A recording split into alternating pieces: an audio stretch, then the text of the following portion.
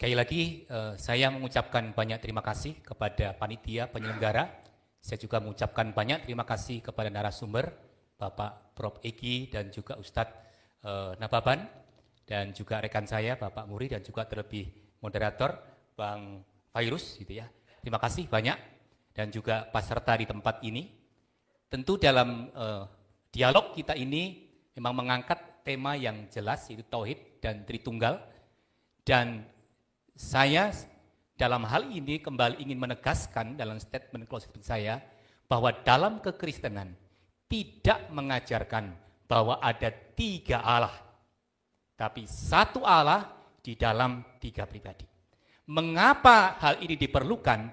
Dalam konteks jelas dalam iman kami, dalam konteks bagaimana mengasihi dunia untuk menyelamatkan manusia yang berdosa. Dan oleh karena itulah mengapa hal ini menjadi penting di dalam iman kami, karena memang ini menjadi sebuah kebutuhan mutlak yang bisa tidak ditolak oleh dunia dan manusia yang telah jatuh ke dalam dosa. Oleh karena itu, dalam hal ini tentu di dalam kekristenan juga menerima berbagai macam masukan-masukan ataupun dalam berbagai macam dialog ini, hal-hal yang dapat membuat saya sendiri sebagai orang Kristen harus juga semakin memahami tentang bagaimana iman dari saudara saya yang lain. Dan itulah wujud saya harus menghargai mereka. Dan silakan, karena itu memang juga iman dari kita yang memang dalam posisi yang berbeda, itu hal yang biasa. Tetapi yang perlu saya tegaskan dalam bagian ini, maka kiranya kita percaya sampai mengapa harus ada Allah yang menjadi manusia. Karena sekali lagi, supaya keadilan Allah dan juga kasih Allah itu tergenapi. Dan oleh karena itu, karena manusia berdosa tidak mungkin menyelamatkan manusia yang berdosa, maka perlu ada manusia yang tidak berdosa. Maka mengapa Yesus harus hadir? Karena sekali lagi dalam rangka menyelamatkan manusia. Kalau kita buat perbandingan tadi, jikalau firman bisa menjadi tulisan, mengapa kita tidak membuka pikiran bahwa firman itu menjadi daging, menjadi manusia? Apakah ini tidak logis?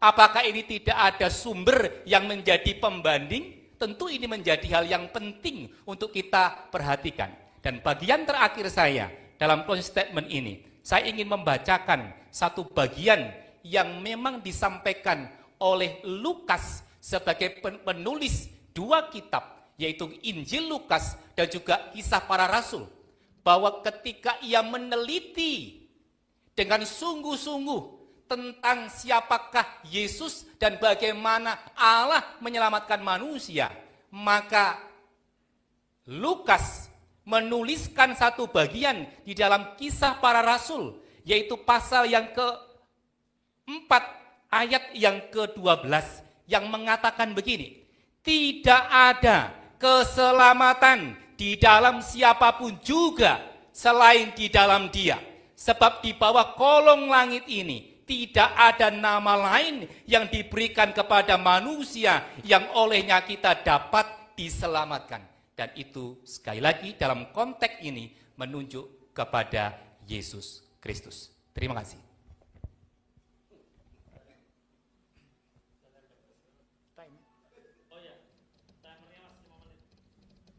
Ya, baik. Pertama-tama dalam closing